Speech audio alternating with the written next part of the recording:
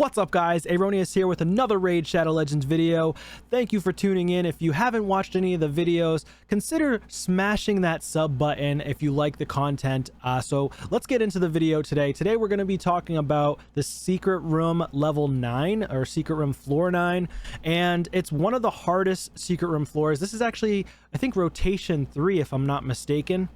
Eternal Dragon, and this is the hardest rotation for secret rooms that you can actually face. So I just beat secret room level 9 with these champions, so afterwards I'll go over their skills and their kit, but most of you probably already know this. Now, I used double Bowyer, Soulbound Bowyer, Kyle, this guy right here, Fleshmonger, who is probably like a year old now, maybe a year and a half old.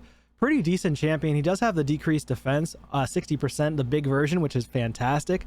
Also has this ability right here, which grants an extra turn, but he places increased attack, small version, increased crit rate, small version on himself. Then you can go right into this.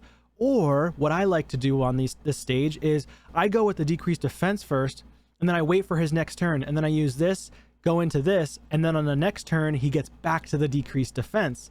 He does have an attack in dungeons by 23%, so of course it's not going to work here. I highly recommend using your starter champion because you probably already have him or her to level 60, and Kale was my starter champion. Now, you have to have at least 3 stun sets. At least 3 stun sets. Highly recommend using a Cold Heart. You could also use double Cold Heart, but the decreased defense is kind of crucial, especially since I have my Kale in damage and my Cold Heart in some decent damage. And the other good thing about Cold Heart and the Soul Bonds is they have an A3 ability that allows them to decrease turn meter, the enemy turn meter, which is fantastic. So for me, you do have to have good speeds. Now, mine's not full auto. I did end up having to manual the entire fight, and it only took me about, I think it was like 5 or 6 minutes. So it wasn't too bad, but I did have to get all of them to rank 6. Of course, my Kale and my Cold Heart were already rank 6. I had one of my Soul Bonds to rank 6, so I had to upgrade these two to rank 6, the Fleshmonger and the second Soul Bond Bowyer. So let me go ahead and go to the champions in the tavern here. And yeah, let's get right into here. I'm going to go to recently used, which they don't show up. That kind of stinks. So let's go ahead and get to those champions. So here we go. Fleshmonger will go over first. I ended up putting him in a stun set. Everything is leveled out. I do have a good amount of 5-star pieces here. 5 out of the 6 are 5-star, so not crazy, just old gear.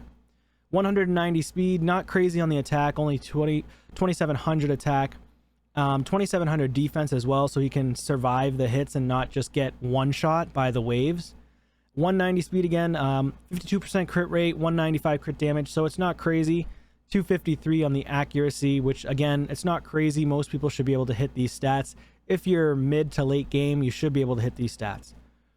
So that's the first one. Now his skills, like I said, triple hitter on the A1, which is also good for Fire Knight early game to mid game. Then he's also good for Faction Wars, by the way. He does have this ability, which I kind of went over briefly already. 3-turn cooldown. This is a 4-turn cooldown. Attacks all enemies, has decreased defense, and that's why he's viable for a stun set, which is really nice. Now, I did use my number 1 Cold Heart here. She is booked, and then, by the way, this guy right here, Fleshmonger, is also booked. He does have Indomitable Spirit, but the blessing doesn't matter. Again, the blessing doesn't matter on Cold Heart either, but she is fully booked. Now, she's just in damage, so she's in 70% crit rate, or 77%, and then 271 crit damage, 314 on the accuracy. This is overkill for this build. She does not need to be this crazy strong. She just needs to be able to help you out with the Heart Seeker. So if you don't land the stuns with the stun sets, then you can go in and use a Heart Seeker, deplete that target's turn meter, and then move on to the next one.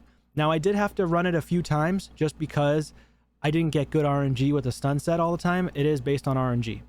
So something that could help you potentially if you're struggling is you could put more champions in stun sets, but you don't necessarily need to do that. My next champion, Soul Bond Bowyer number 1. She's pretty decent, 2700 attack. The blessing does give her 300 more attack, but it's not necessary. 4400 defense, or 44,000 HP, 2300 defense, 195 speed, 274 crit damage, 56% crit rate. Again, nothing crazy, nothing to shake a stick at really, but just enough accuracy to decrease the enemy turn meter. The cool thing about her skills is on every single one has a 25% chance of inflicting a critical hit on every single skill. She's fully booked on my first one here. I got Phantom Touch for a little bit more damage, which is helpful, but again, it's not required. Now, her masteries are not complete. I do have masteries not complete on my Fleshmonger, but they are complete on my Cold Heart, and I put her in the crit damage mastery at the end for damage. Cold Heart here, again, not complete, but if you were, sorry, not Cold Heart, Soul Bond here. If you were to go and complete her masteries, I would recommend going with the Fearsome Presence if your champion is in a stun set, but it's not required. You just need a stun set. She also has crit rate in all battles, which is helpful too. If you wanted to boost the crit rate to an additional 12% to, it would be 68% here. And then she has a 25% chance on every single hit, additional 25% chance to hit a critical. So you're looking at close to 100% there. Next up, we've got Kale. He's in old gear for me. Attack set, lifesteal set, very old gear.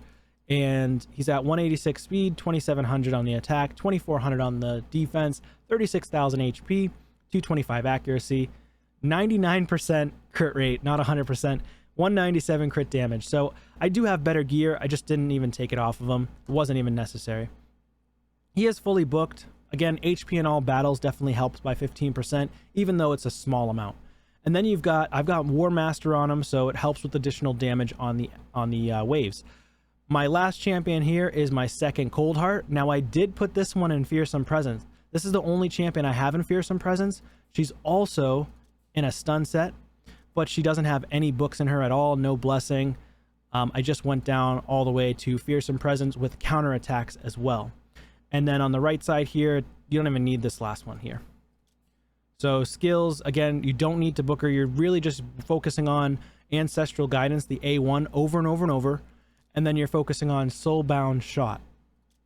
Again, artifacts. I try to get her to go as fast as possible. This is one of my better stun sets, but it doesn't have damage. It's more for speed, so she can take as many turns as possible. A lot of HP and a lot of defense as well for a rare champion. So that's the team, and I'm going to go ahead and showcase to you right over here somewhere. I'll do a picture as well, showcasing you the picture of the team that I used, the run, and how much damage they did in just a second here. All right, y'all, so here is the team behind me. So I do have Kale with 553,000 damage. He is the damage dealer out of the bunch mainly. Soulbond Bowyer number 1, 372,000. Soulbond Bowyer number 2, 160,000. Cold Heart, 355,000, and Fleshmonger, 137,000 damage. So not terrible. We ended up getting the fragments. 5 minutes and 27 seconds is what it took, so it wasn't too bad for me. Again, it only took me like 3 tries, but I got good RNG as well, so you do have to retry it until you get the good RNG. If you want to make it even easier on yourself, then you could put everybody in a stun set, but not everybody has that much gear, so I would at least try to put Kale in like regen or even in lifesteal like I have here, and then put 2 to 3, at least, I would say at least 3 people in a stun set for this floor, this secret room floor. Now, that's going to be it for this one, guys. I really appreciate you all for watching. Consider subscribing to the channel if this helps you out and you want to use these champions in the future for this secret room floor. Thanks again. Take care.